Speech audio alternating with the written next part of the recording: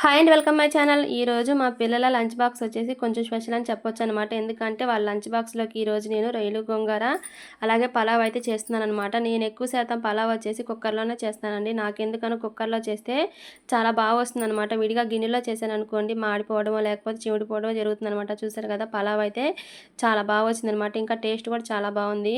ఇంక ఈ రోజు నుంచి నేనైతే 2 లంచ్ బాక్స్‌లు అయితే కట్టాలనమాట.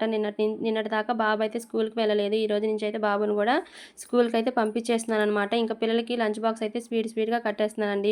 ఇంకో పక్కన రొయ్యలు గోంగూర కూడా కంప్లీట్ అయిందనమాట. టేస్ట్ అయితే చాలా బాగా వచ్చిందండి. చాలా స్పైసీగా, టేస్టీగా ఉందనమాట. అందుకని చెప్పి మా పిల్లలకైతే కొంచెమే కర్రీ చేశాను. వాళ్ళు తింటారో లేదని చెప్పి. ఇంకా దీంతో పాటు స్నాక్స్‌కొచ్చేసి ఈరోజు 4 ఖర్జూరాలు అలాగే కొన్ని పిస్తా పప్పు అయితే పెట్టాననమాట.